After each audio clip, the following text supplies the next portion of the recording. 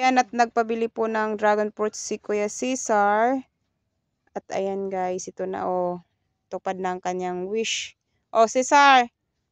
At bakit ka naman nagpabili ng dragon fruits? Gusto nga.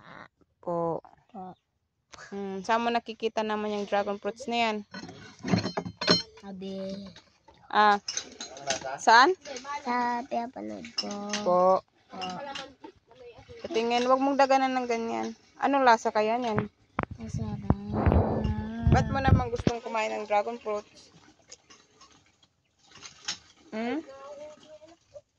Ba't mo naman gusto kumain ng dragon fruits? Opo. Sure ka na matamis yan? Opo.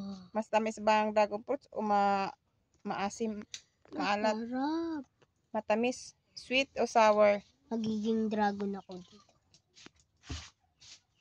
Ano yan? Sweet or sour? Sweet. Sure. O paano yan kung ang lasa niya ay maasim? Kakainin mo pa rin.